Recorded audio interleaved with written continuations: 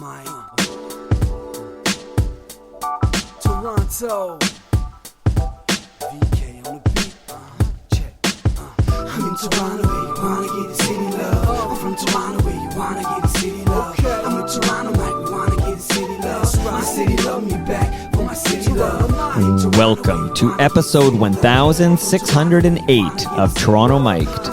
Proudly brought to you by Great Lakes Brewery, a fiercely independent craft brewery who believes in supporting communities, good times, and brewing amazing beer. Order online for free local home delivery in the GTA. Palma Pasta. Enjoy the taste of fresh, homemade Italian pasta and entrees from Palma Pasta in Mississauga and Oakville.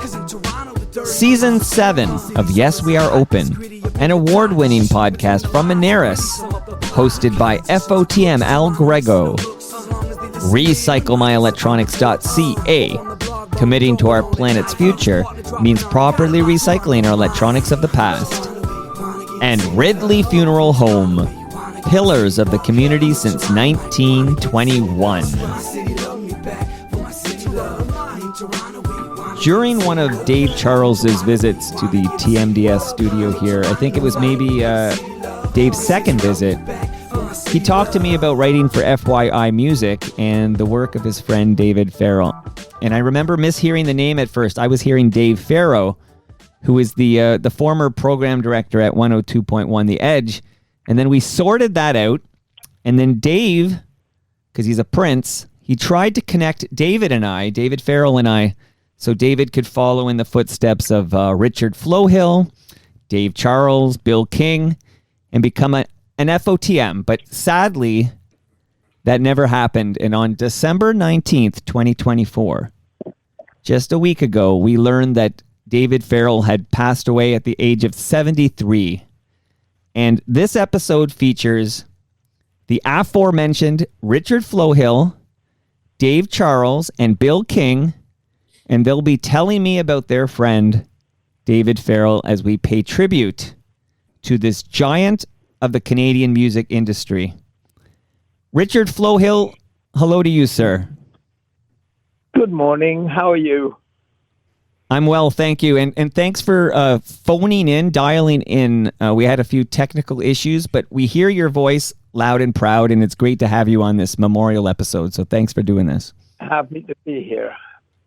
And I'm going in order of age, if you noticed. So next up, I see, no, just kidding, Dave Charles. Dave, how you doing, buddy?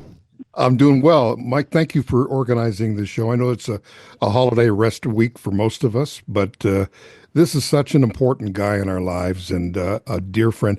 In fact, I'm going to use the word mate.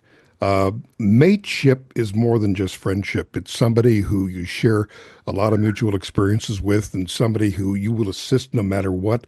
David was that kind of guy. He assisted me from my radio background into being a pseudo radio journalist, and I wrote some interviews and things. But he mentored me all the way through that. In fact, he encouraged me to get the late Jim Waters on an interview, which I did. But I owe all of that to David, plus many great times. He allowed us to organize a Canadian Record Week when it first started back in the early 80s. So David Farrell is a huge statue in my life, and I miss him dearly.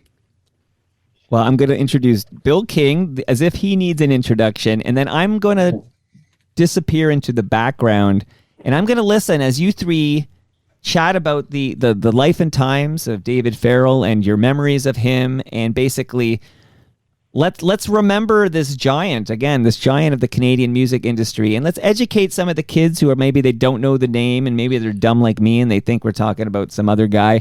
We're going to do this proper, but let's say hello to Bill King. How you doing, Bill? I'm doing great, except that I'm looking at this Zoom photo and I look like the old Lebowski. That rug, though, really that's the great room Lebowski.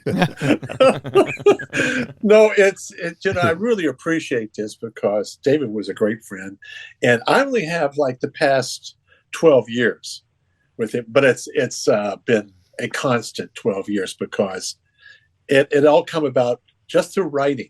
And it came about through Gary Slate because Gary was kind of underwriting FYI I think FYI started in 2008. And I think it was around for about 16 years until it got taken over by Billboard. But I came in 12 years back, and I guess the great thing about it was Gary says to David, "This guy can write, and you need to find room in there for him in your blog at the time." And we talked, and we found just common ground. We found that we got along great, and the fact that he loved music, he loved the industry, and he loved the whole thing. So, unlike a lot of the writing that's out there now, that's more like AI generated, or I call it indifferent writing, that it's basically just outlines a subject and there's not any content. David's whole thing was about putting yourself in the articles. And this is what we talked about, that in writing for him, no matter what the topic was, it was still about storytelling, and also remembering those in the industry, which was great, because here's one of the points was when Dave Charles and us wrote for him and stuff, we didn't forget those who built the industry, and they actually turned out in a few books for me. But it was time to go back through David and get the story out about who each person was. I don't care if they were a photographer, a writer, or a booker, or a record guy and stuff. We were able during those 12 years to document the lives of others. And I found that, to me, exhilarating, beyond just saying what record was hot. Those things that are basically what are Billboard kind of things, where you just post the top 100 and everybody gets excited about that. But it was about the read. So that's kind of my thing with David.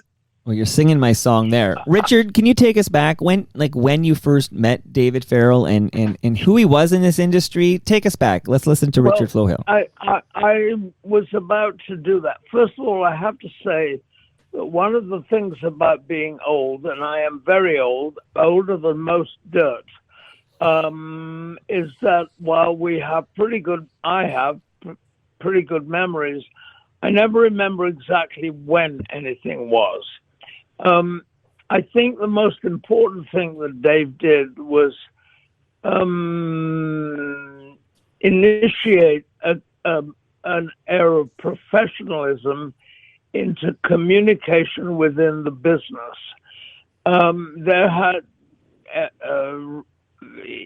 There were a number of communication things in the 50s. Ray Sonnen, who had been an English editor of a music magazine in the UK, started something that didn't last very long. And then Walt Grealis and Stan Cleese started RPM, but with all due respect to their work, they were really amateurs. They were not journalists. And they also were sort of gossip mongers, and I never thought that their work, and this is sacrilege in the music business, but the hell with it, I never thought their work unified the business the way it should have been. Then Joey C. started a magazine that David was a contributor to, and then David started his own record world.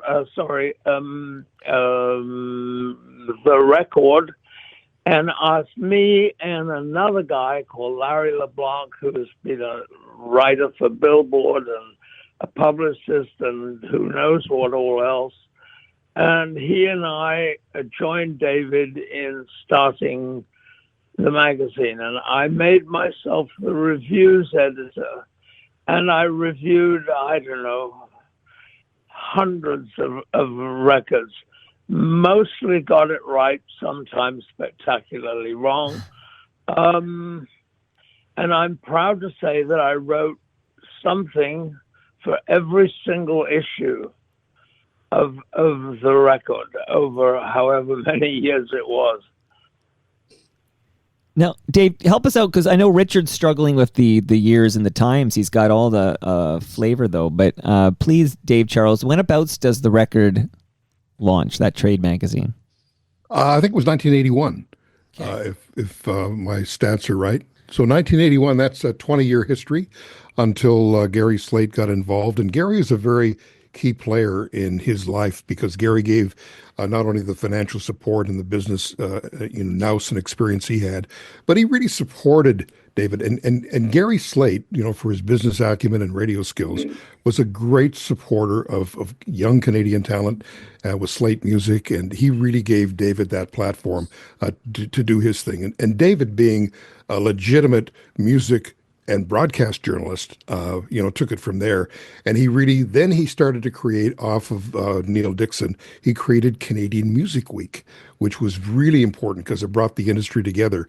And from that, FYI came out of all of that, and it continued to chronicle all the various music artists and events, and until Billboard Canada took over, and it's still the menu is pretty much the same, but it's a different style. But David was there during those formative times, as Richard Flohill spoke of, the 50-year history and 50 years plus of his experience and ability to chronicle all of that history, and he was a great advocate and supporter of unsung Canadian artists and bands, which I'll never forget. And a project I did, which was Element FM, which was the first couple Indigenous stations in Ottawa and Toronto. David was there day one when we launched to support that. And the reason he was there is because he knew, as I did, there was a lot of Indigenous music that never was heard on the radios in Canada, both CBC and commercial radio. And he was there to support that we would be successful. So that's just a little bit of background and dates and to try to attach things for what David did. See, I think off the top of this memorial episode, we'll get the bio right, and then we'll hear stories about David just as a friend and a colleague. So just so I understand, okay, so in the early 80s, and Richard, you're part of the trio here that launches the record, so it's great to have you on the call. But the record runs for about 20 years, and out of this comes Canadian Music Week. This is launches out of the record. Is that right, Richard?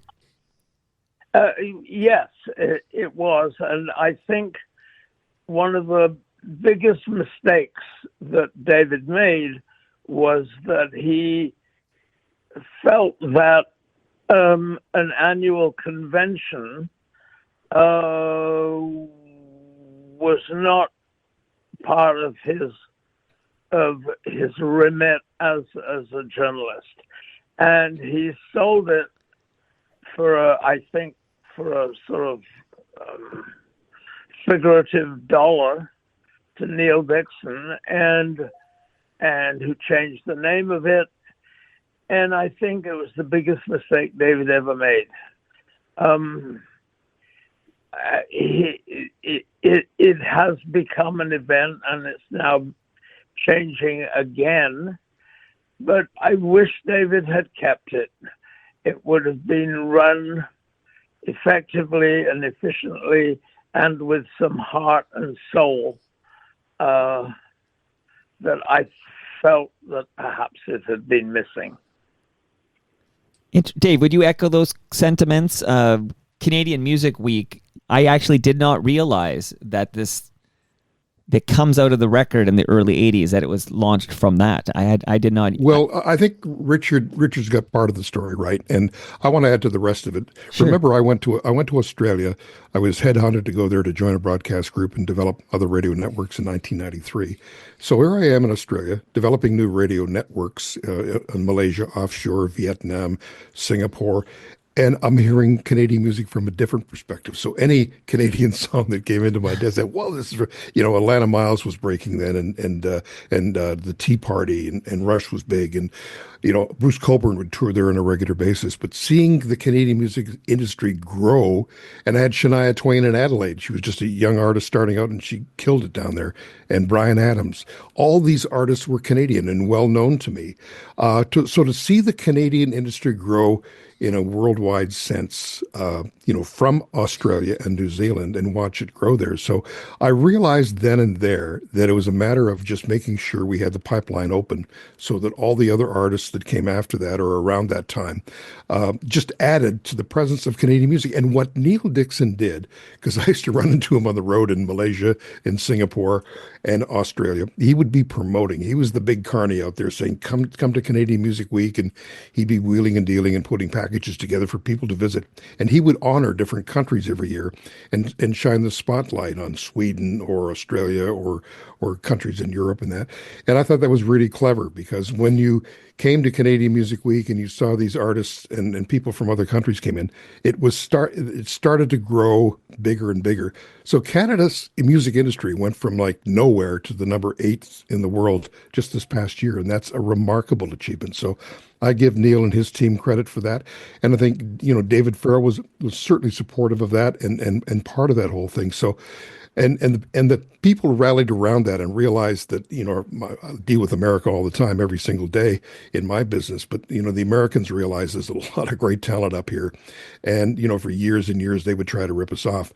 But when we became legitimate because of these music festivals and Canadian Music Week as a part of that legitimacy, we really had an industry that was holding its weight around the world. And that's critical to know. And it's an important fact, and a credit of that goes to David Farrell. And also, I agree. I was just going to say, I was at the beginning of this Canadian Music Week as far as being on the original board that was supposed to be there. It was me and Eddie Swartz and others for them to get funding, for Neil to get funding. And much like Bravo and Much Music and everything, they were asking for commitments from my side of the community, which was jazz and blues and stuff like this. And we were to have this great representation in this thing, and it lasted 1 year. Just like Bravo and just like Much Music, that our side of the community felt like it was being used to give credibility and to round out the applications and the funding for this. And then, because then we all disappeared. But I will say that at least doing those early things like that were stepping stones to creating the Beaches Jazz Festivals and other things like that. That will come down the line. But in the beginning, Canadian Music Week was supposed to be much broader in the music scope than what it became really quick. And that was my disappointment in the situation. I thought, if you're going to promote music, look at everything we have, because some of the greatest musicians we had were in jazz and blues and world music and other entities, and they were left out of that. And if I can add to that, Bill, that when I was involved as president of CCMA, Canadian Country Music, was in a low ebb. It was people like David said, go to Nashville, meet the people down there. And as a result of that, Nashville came here, and we developed the Country Music Network out of that relationship. And then later on, I was chairman of CARIS. Very political. I was the only radio guy ever to sit in that chair. And, the arrows were coming at me right and left. And it was David Farrell at a lunch who said, we got to take this show across Canada. And I said, I believe in that 100%. So we moved the Junos away from Toronto and went to every single major city in Canada. And they still do that today. And that is the way it should be. But the other thing that David said, look, every province should have a music organization that supports their own and feeds into CARIS, which made CARIS incredibly strong. Because if you don't have music committees that can organize these events, you'll never get the Junos to showcase that. And from that, developing the indigenous music categories, which were ignored, and we did that through Sylvia Tyson and Buffy St. Marie. So all this, this is a conversation now we're having with a guy we're honoring here today, David Farrell. And David was part of that conversation and extremely supportive in giving us space in the magazines that he wrote for. And that kind of encouragement for a radio guy sitting in a music chair was really, really instrumental. And that's thanks to David Farrell. And you too. I'm just going to say about the CARIS thing, because you came to me and you said, we have to have jazz on the Junos. Yep. And I had just wiped my hands of doing award shows. And then you came to me and said, we'll find the funding. And Heather Ostertag and Jim West. And we all sat down and went, okay, let's get jazz on the Junos, and we had that big celebration of Massey Hall, the greatest event. But it was also being on the screening committee where we could get Snow on the air and get the first hip hop. Because we were being battled and fought against the labels, and everybody else going, no, you can't put this guy on because he's going to say something wrong, and we can't have hip hop on air. But we all stuck together, and we made that breakthrough. And these are these incremental steps that were done. Yeah. And the other thing too is he said, I said, David, I got a real problem. I said, I'm sitting here in a music chair supposed to represent all of Canada, and that includes Quebec and the Maritimes. Yeah. And I said, I've got a problem with the disc because they don't recognize and see the industry. They have a very successful music celebration every year. More of their artists go to Paris and Europe than I can count. But he said, get together with Donald Tarleton. And it was Donald Tarleton that introduced me to the president of a disc. And we put that together. And I said, what we're going to do? There's this young artist by the name of, unknown at the time, Celine Dion. We're going to get her to host the show in Toronto. And that was the one. And she was amazing. When I got René Angel, her manager and husband, and he said, "You sure about this, David?" I said, "I am absolutely. I want to do this for a reason." And I got a letter from the Premier of Quebec. Can't remember his name at the moment. But he said, "Thank you. Thank you for opening the doors to our artists. We so much respect and appreciate what the gesture you have made, and we will not forget this." And as a result, we had Rock Voisine come in and other artists, Michel Pagliaro, and it just went on from there. And you've got to get. I went to their award shows. I went to their meetings, and I felt sort of an outsider looking in, but they invited me in, and I took advantage of that. And that, again, thanks to David Farrell. He said, go do it. You can do it. You've got the position. Use your position to make it meaningful and do something, which we did. And also, I just want to say something about the core writers that he had, Karen Bliss, Nick Cruin, and Carrie Dewell.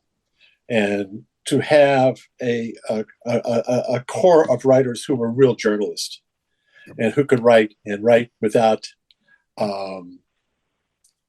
write in such a way to tell the story, the music, and cover it in detail was really on him, because he picked the folks, and he had a sense that these people would be on time. They would bring something each thing. We were doing three a week, and you're doing 3 interviews a week, for FYI. That was insane.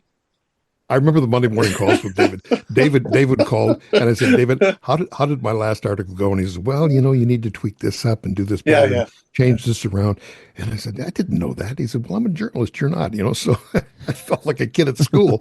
But thank God he told me that. And gradually through, just repetition, I learned to, position things properly. But he was so thoughtful that way. It was never heavy-handed. You never felt like you were being criticized. It was always supportive. And he said, the broadcast guys, you can call them up anytime. I can't do that, So he said, here's how to go. And when he pointed me toward the late Jim Waters and said, nobody can get Jim Waters, you got to go do that. It took me 3 months to get Jim to do an interview. And that's David Farrell. Wow. David Farrell said, you got to get it. You got to get it. So. Well, I'm getting a sense of the man I never met, but I want to bring in Richard for a moment here. Richard, can you tell us a little more about the man that you worked with so closely for so many years at the record? Tell me about David Farrell. It's interesting because David and I both started careers, if that's the right word, in journalism in England. He was a boy newspaper reporter, and so was I. And so we shared that in common. We both liked music, although David relatively rarely went to hear live music. He didn't. I'm a complete idiot. I keep a note in my journal. I've been to 126 live music gigs this year. Wow. Which is insane. But it gets me out of the house. David didn't go to many gigs. But the best thing about his journalism was, as we were taught in the UK, get the facts right, try and keep one's own emotion out of it, just report the facts. And as a news gatherer, he he was very effective. He made a lot of contacts. People instinctively liked the guy. And I think I've been missing him so much in the last few weeks. We had a long conversation. I called him up. He was living in New Brunswick and working remotely. And I would call him every couple of weeks. How you doing? What's happening? What's new? Blah, blah, blah. And he said, oh, I'm very sick. I'm dying. I don't think I'll see Christmas. And he was almost cheerful about it. I mean, certainly accepting in a way that, alas, I know I will not be. And he said, well, he had told me long before that what he would really like to do when he retired, which he was going to do on January the 1st, was go to Vietnam and hang about and see if he liked it. And if he did, he'd stay there. That was his sort of plan. But as I said in one of the pieces I wrote, men make plans and God laughs. And I talked to David 3 days before he passed, 2 days maybe, I don't know. And he was just so accepting of what was going to happen. And he chose to die at his own, with medically assisted death, with sort of a surprising acceptance and ease. And that itself was inspiring for me. I find that astounding. Yeah. I have thought about that and discussed this with Christine. I found, as with you, I had spoken to him over the last few months, and I knew this was coming. But 2 days before, we talked, and it was as if, like, we're just talking. And there's no fear. There's no regret. And then somewhere along the line of the conversation, he says to me, Bill, I got a call from this musician, you know who it is. And they say to me, David, I hear you're dying. And he goes, yes, that's not good. And they go, and the person says, well, I got a new record coming out next week. And we started laughing and laughing. It just kept laughing. We couldn't. It was just like, it's just like the industry we're in, because the promotion thing just goes on, no matter what. Yeah. And David just said, "Oh well, this is the industry we're in." Bill, I had a call. Lucky to get through to David, and I got him 2 days before the 19th when he passed. Yeah. And he said, Dave, he said, glad you called. He said, it's all good here. He said, but you know something, mate? He says, we've been making egg salad sandwiches all wrong. I said, what are you talking about? He said, listen, he says, you don't smash the egg. You don't smash it up and add mayo. He says, you slice the egg, you lay that on the bread, then you add the mayo and whatever you want. He said, that's respect for the egg. And I said, really? He said, yes. And in fact, he said, one of my last meals, I'm going to Pugwash, Nova Scotia, and I'm going to get a proper egg salad sandwich made in front of me. And then I'm going to get a hot cup of chicken noodle soup and some cider. And I said, David, I wish I was there with you, mate. That sounds fantastic. That's David. And one of the things I want to just add to that little story about the egg salad sandwich, David said, there's no free buffet at the Zanzibar. I lied. That was the thing. That's hysterical. And he said, final request. He says, I want everybody who reads this to pay it forward. Do something nice for someone you don't know. Your best friend, David Farrell. That's how he signed off. Yeah, wasn't it amazing? I was in tears. I didn't know what to say. Yeah, it's still one of those things that it's a 7 o'clock in the morning phone calls. Yeah, and I'm sitting here and I'm just up, and I get the phone call. So, what's going on with Christine? Yeah, and I go, she's still sleeping, and he goes, well, go wake her up. And I said, I'm not going to do that. And he just thought that was funny. And then the other side of the great phone calls was and the lunches we would have was, as you said, Gary Slate was a big part of his thing all along. Never once did he ever say something that was never bit the hand that fed, but always reminded whoever it was what Slate did for him and what he did for the industry. And he always said there should be more. There should be more. There's enough people in this industry that have the money, have the resources, they could do more. But Gary seems to do it all. And, to that point, Bill, yeah, he respected Gary Slate and people like Gary who contributed very much a lot, so. And the thing of respect is what I'll remember about David, because we all know there's a lot of rumor mongers, a lot of people who tell lies about other people and really distort the truth and the good things that are happening in our industry. David Farrell never indulged that. He just walked away from that. Yeah. And I love him for that, because, we've all been guilty of it some way, passing on I just heard about, and it's wrong. It's a lie. And you're spreading that lie because you don't know. You didn't fact check. You weren't sure. David was a journalist. He would fact check. He knew the truth. Yeah. And I love that about David. Where the fuck is the integrity in our business? It starts with people like David Farrell and Gary Slate, in my view.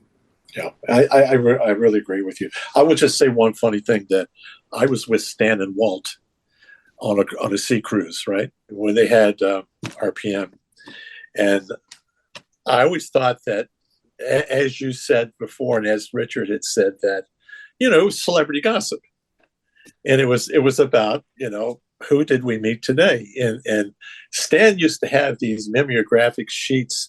When you had mimeographs, and he'd have a picture of, here's Elton John, here's this and stuff, and he would put them on the tables of the, at poolside, and then people would walk up and go, "What is this?" And then he would walk over and go, "So, well, I've met so and so, I've met so and so, I've met so and so."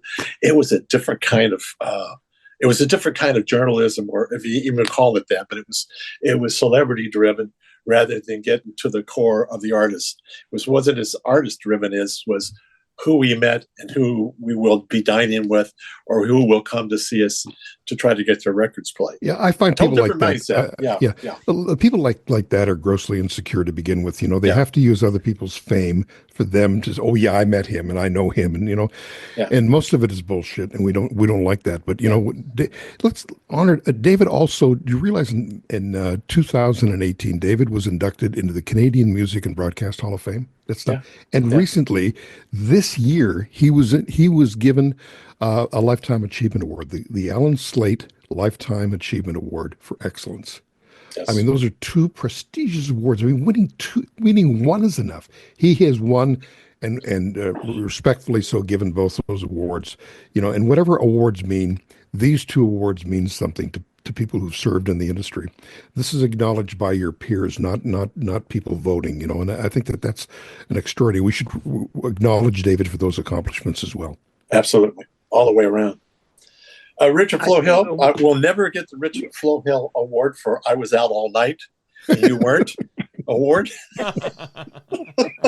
I want whatever he's drinking. I want to know what he's drinking, what he's eating. At 91, this guy's got the fountain of youth happening. He's crazy, man. That's some crazy stuff. I know. I think the point of David's achievement was that any business, be it music or plumbing or construction, needs a kind of communications method so that everybody knows they're on the same page, that they know what's going on in the business with no BS, just the real thing and the facts. And David did that and helped make the industry aware of what was going on all at the same time, every week, with FYI and with the record. And that was his gig. He provided the glue that kept the business together. There's lots of other people made great contributions, but he was the person who did he was the person who did the joining of it all together. he added legitimacy, Richard, to your point, Yeah, to all the work he did. And he made the business legitimate. It wasn't a rumor, it wasn't some flash thing. exactly. It was true. And as they say in Australia, fair dinkum, which is fair and true. Fair dinkum is a great way to describe what he did. Little touch on And the. the other point I'd make is that he had this, some would say, warped sense of humor. Occasionally he was crass. Occasionally he would say silly things. Occasionally he'd get called out for it. But it was just David, and he was a warm-hearted, friendly, kind person. And his personal character made the product of his work be successful. And I don't think he ever got rich doing this, but he certainly made a contribution that makes the music business, and in a wider term, the entertainment business, useful and good and kind and generous and efficient. And he understood the talent that was around and continues to emerge despite the difficulties of being a musician. These days are absolutely frightening. But he chronicled it with love and care, and most importantly, accuracy. Yeah, he did something he loved. I mean, all of us, I know that of you, Richard Flohill, Bill King, certainly, a real life working musician and journalist and a radio guy. I think we all love what we do, but no more than David Farrell. David just loved getting up every day and doing what he did, and I think that went all through his work. And you were attracted to that. If you had any legitimacy about who you were, you enjoyed talking to David Farrell because he loved what he did. I think also, David, Dave is that I know one of his great regrets, and it was the fact that he had called me maybe a month before his passing, and all of a sudden in a frenzy, he wanted to get his writings together, and he wanted to get a book together, something that he could put together and said, "This has been me." And I knew that. I knew how to find a link to his writing from FYI, because you could find it online. You could put together some articles, but he wanted to be able to tell the early stories with a record and the other stuff. And that writing I think that's in libraries now, or it's documented in the record in the printed issues, and would have to be extracted. There was no time to get all together. He asked me, "See how much you can find," and I did online try to find stuff as such, but then. It also brought to mind that you can't put a money price on this. You can't put $1 on this. You can't put $1 on writing. I was just reading an article yesterday, and it said that 50% of all the books published in 2024 sold less than 12 copies. 90% sold less than 1,000 copies. So this is the writing thing has diminished as far as people's reading, sitting down and reading books and stuff, but they still read online. So those articles that David wrote, I understand that he understood that the transition to online would be the place that you could go back and review what he had did, and all of a sudden it was getting too late to get all that together. So it's always like a warning that to preserve this, it's best that you move now. Yep. It's best that you act in the moment and don't wait. And I think that was the one thing that he regretted that. And I used to bug him all the time. I'd say to him, I said, "You're a better writer than me. You can really write, guy." I said, "So why don't you sit down and just write the book or write it?" Yeah, it takes time. This is why I like Toronto Mike. I mean, look at Mike's got over 1,500 episodes from people, all walks of, and audiobooks are very big. Audiobooks are huge, and this is sort of like it's a podcast. It's an audio reconciliation. of what David was all about. And I think that people, if you were to hear David's voice right now interacting with all of us, you would hear a guy who was vibrant, alive, and give as good as he would get. I mean, he was just an animated kind of guy. And I think hearing someone's voice really tells you a lot about the person, but it also brings those stories alive. And I think that's what I will miss is hearing David's voice on a Monday morning. Say, Charles, what do you got for me today? And that kind of stuff you miss. But you're right, Bill. And he would say to you, he would not criticize you. He would not run you down. He would make you feel good about yourself. Yeah. Right. That's a special skill to come from somebody. Yeah. So that he always made me feel good. I mean, there were times when I was like terrified of him because I'd write something and he'd go, I ain't got time to correct this. Yep. And I understood that. Mm-hmm. And so that was just like a message, go back and fix this yourself. And then I go back and fix the thing and bring it back and he goes, hey, Ree's great. I think, but it was always just forward thinking and such. So, I think Richard Flohill will relate to this remark, and that is he absolutely knew how to drive you forward. He wouldn't let you be lazy about your business and about the way it should be laid out and chronicled. And I love that. He pushed me to write better and really get it straight and organized me in such a way. And I think he gave that gift to all of us. And I think if young students coming up in this business who want to chronicle this incredible crazy world we have right now of very layered media, AI, throw that into the equation as well.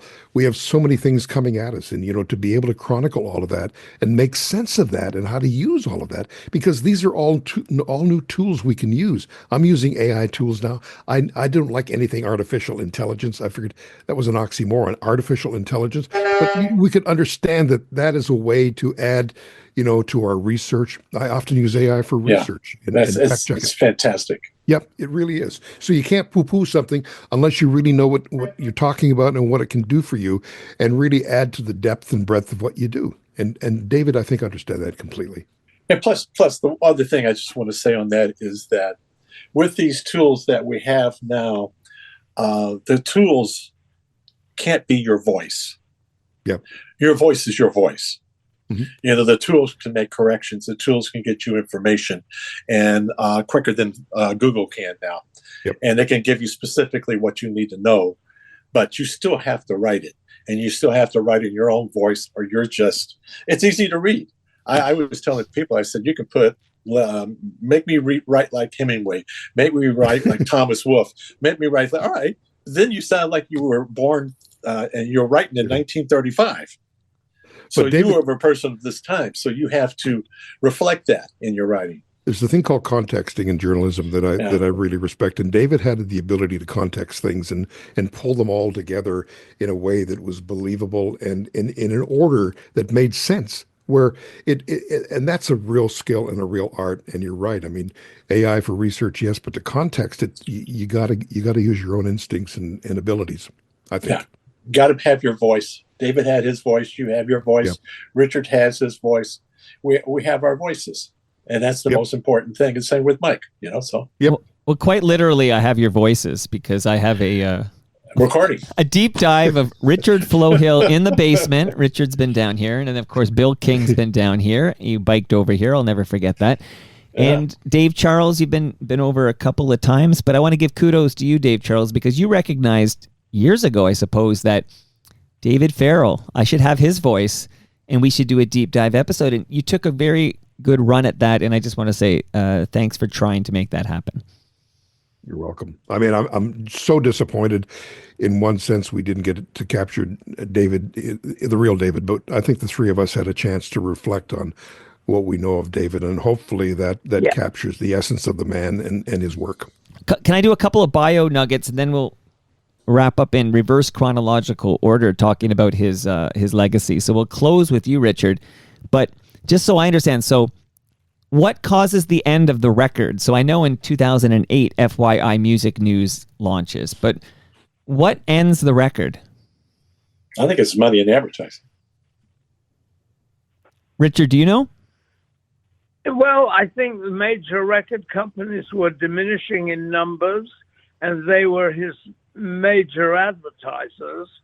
And as the major record companies kind of contracted, and the independent record companies hadn't, with some exceptions, hadn't really got their shit together yet. That and the fact that print, as it was, and as people like David and I, with printer's ink in our veins, people don't read anymore except online. And I think he understood that probably before many others did. And he moved from a print publication, and I don't have a single copy of the record.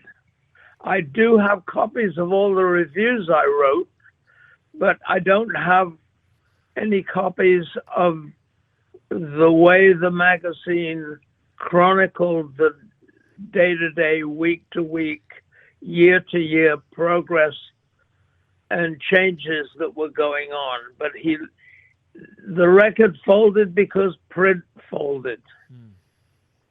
Right. Now, and when did you buy a newspaper?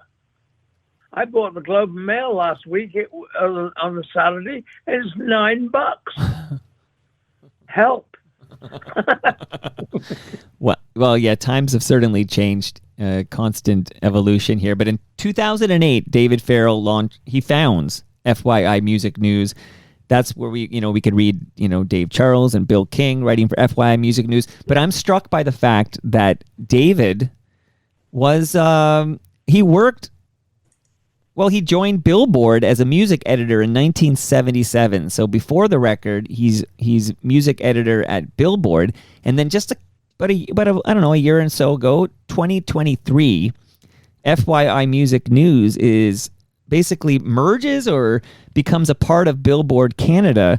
So maybe Bill and Dave speak to that decision. Like, I'm just wondering where that decision came from to take FYI Music News and fold it into Billboard Canada. Okay, a couple things. I'm just going to follow up on the first thing about that. In 2006, we folded up the Jazz Report magazine after 8 years. And Richard's right. It was advertising. Because when we started the magazine, we had 12 labels. So you had Island, you had all these other small labels, right? Then they get bought up by another label. The major labels started buying those labels up and then swallow them. And then, okay, so you don't have 12 to go to for advertising. And you're down to 6. Then you're down to 4, and then you're down to 2. Then you don't have a magazine. Right. Okay. And we got out the same thing, knowing that was coming, but we didn't really see the online being at that early as being. We just knew that we would, carry a lot of debt. I think with Billboard and our conversations over that was the fact that Billboard had an enormous outreach. I think David had a subscriber list of 6,000 to 8,000, and then Billboard had this massive reach in Canada, right? And set up. And then the fact that, you could insert FYI in Billboard and then reach that audience that Billboard had already established was a plus for him. And plus, also Gary Slate wasn't going to finance it anymore. And it became, it was Billboard's to look after themselves. And, the same troubles at Billboard that you had at FYI, you have the same issues, but the security at FYI was knowing that it was funded. Billboard, yeah. I think they have the issues of, we got to pay writers, and it's still a problem because you don't have the advertising as such. So, but you have the audience. So I think it was a balance. I don't think there was a whole lot of money exchanged there, whatever. But the articles that we did, the interviews and everything, they're still there, but they come with the Billboard label. So I think that's just it. So. Okay, very, very, very good. Go ahead, Richard. I was going to say one sort of thing that I've been following is the online platform called Substack, with which you can upload your writing, and sometimes people actually pay for it. Not very much, but I've been writing a series called Stories from the Edge of Music for a year and a half, nearly 2 years now, and it's surprising the readership it gets, and I think that this is a way to keep stories alive. And I'm surprised, Bill, that you haven't gotten on to this platform yet, because you would make a terrific contribution. I've looked at it, Richard, and I follow Ted Goya, and Ted Goya has just been this outstanding writer, jazz and everything. And man, is he fantastic! I just wish he wouldn't write so much. But you know something? The guy's got 200,000 followers and it's $50 a year. Figure that out. He never made that kind of money as a writer. And I was looking at Heather Cox Richardson, who does a lot of politics and history stuff. She has 2.2 million followers and subscribers on that. And they were asking her yesterday, well, where do you live? She goes, in Maine, in a fishing village. And they go, but why are you there? Oh, she goes, my husband's a fisherman. I can't leave him here. She says, I can write this stuff from home because I know my stuff. So I understand it. But, you know, sometimes it's just that you got a lot of other things on the plate. You can only do so much at a time. But I really applaud Substack, the writing. You write what you got to write. You write from the heart. You write what you write, and nobody tells you what to write. And I think it's the wave of the future. You know, it's just, can I afford all of this? But it's still better than legacy media, truly, which is a dying thing. So better than writing a book, which less than 2,000 people will buy or read. Yeah, absolutely. Well, but what anyway. Ted Goya did was, when he started on Substack, he was writing a new book, and he would post chapters as he wrote them. And he was right on the beginnings of music, the sounds and the origins of music. And he started writing his book. I don't know if he finished it, but he would throw up a chapter a week, another chapter every 2 days. And then all of a sudden you were sucked in, and then I paid my $50. But you know something, the fact is, he's like a one-off, that he has such a broad range of knowledge and stuff, and he's a Stanford graduate, and he's into science and technology, so he can write about a lot of things, and you kind of don't argue with him, you know, because he's kind of like, oh, I agree with that, you know. So David Farrell, a man I never met. I've learned so much about him this past 8 days from reading what you guys have all written online, and now having this hour with you three gentlemen. And I gotta say, this man, what he built, what he did for this industry, much respect for David Farrell and his legacy. So we're going to hear from all three of you before we close this out, but I just want to thank you, especially Richard Flohill, who was out partying till 5 a.m. Yeah, figure that out. You got to do what you have to do. My hero. Yeah, my goodness. He invented grassroots, by the way. That's Richard. Richard's grassroots. He's done everything me and Dave Charles wouldn't do. That's right. Everything. Me and the cat are in bed by 8 o'clock at night, right? Well, he's out there. That's when his day starts. So, right? Yeah. Bill and Dave, do you two gentlemen, you don't eat vegetables, do you? Oh, Never. Oh, of course we do. Well, that's your mistake. Richard figured this out. Go ahead. No vegetables, right, Richard? No, I was semi-educated in a boarding school in England for unwanted children, and the Brits are not good at making vegetables in good times. But during the war, in an institution, I got my first newspaper job when I was 16, and I told my parents, that's it, I'm never going to eat vegetables again, and I haven't. And it was working for you, so I'm taking notes over here. Yeah. It's working. So I'm going to go around the horn. What is he eating? What? I can't even imagine what you possibly eat. Is it like porridge and shank? Or I can't even imagine what you'd be eating. Meat pies? Well, meat, cheese, bread, pasta, and Indian food. Indian there, food. there it is. Oh, there it you is. go. There's where the the veggie key. comes in. Richard's not going to write any more books, Got it. but go ahead, Richard. Crap out. Who needs it? Take care. Well, Richard, hold on. We're going around the horn before you hang up on us. Right. Don't hang up yet, because we're going to close with you. So here's the deal: Bill, Dave, Richard. Basically, we're going to go around the horn, starting with you, Bill, then you, Dave, and then you, Richard. And you can take 20 seconds to tell us of what you're going to miss about your friend David Farrell. You can spend 20 minutes. There's no time limit here. One by one, final remarks about your friend and former colleague, David Farrell. Talk to us, Bill King. I think I'll miss the phone calls when I'm on my bike. And I pull over to the curb and I say, David, can I get back to you? Oh, okay. I just want to ask you this. And I said, but can I just get back to you? Okay. And then going home and taking time to have the conversation. And they're always good conversations. They're always upbeat. Rarely was there a negative one. It was just basically something very funny that happened, or can you do that? Or, and I also like the fact that he gave me sort of the courage to ask anybody anything. So the fact he would say to me, can you talk to so-and-so? He would, and I would go, sure, I'll call them. There'd be some country artists that have no clue who they are. Or can you talk to this guy? Can you call J. Robert Woods? And I went, okay. Can you call Randy Lennox? Yeah. So these are people that I normally wouldn't approach and stuff. And I went, just fearless. He just made me totally fearless. Right now, I'll just talk to anyone. So I think that maybe it was because he didn't want to make those calls. So that was it. He transferred the fear. Oh, yeah. Can you go do them? I said, sure. Why not? Bill, call up Neil Young. I need to ask him a question. Oh, I would call him. Yeah.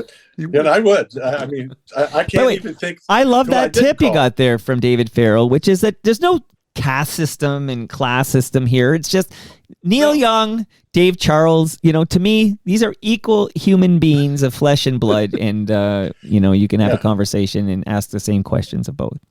And it would be you would call somebody up with such magnitude, and they'd go, "So what are you going to ask?" And I'd say, "Well, I haven't decided yet." Right.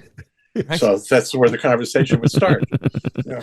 You'll find out when I ask you. Okay. So, Bill, thank you so much for doing this. Thank you so much, man. See you on the bike trails.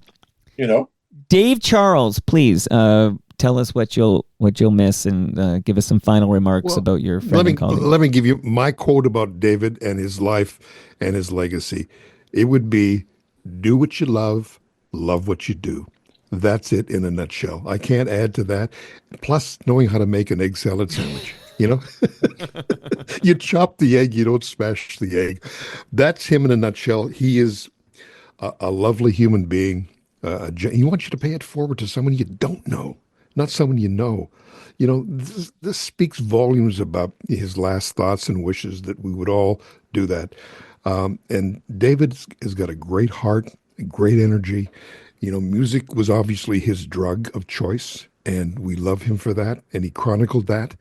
And I just think to anybody who listens to this show and wants to try something and have the courage that David did, that Richard has had in his career and Bill has in his day-to-day career, you got to have the courage to get out there and just bloody do it. And that's David Farrell. Yep. Richard, final words belong to you, my friend. I don't know what I can add to what Bill and David have expressed so eloquently. I do miss the phone calls, the occasional get-togethers in recent years when he would come back to Toronto and we'd hang out at some strange little restaurant in Cabbagetown. I miss his kindness, I miss his laughter, and I just miss the guy who did his job totally professionally and accurately and well and helped unite a sometimes fractured, crazy business.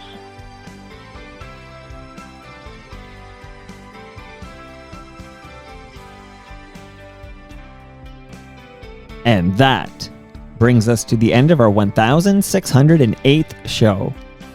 Go to torontomike.com for all your Toronto Mike needs. I'm on Blue Sky at torontomike.com there. Much love to all who made this possible.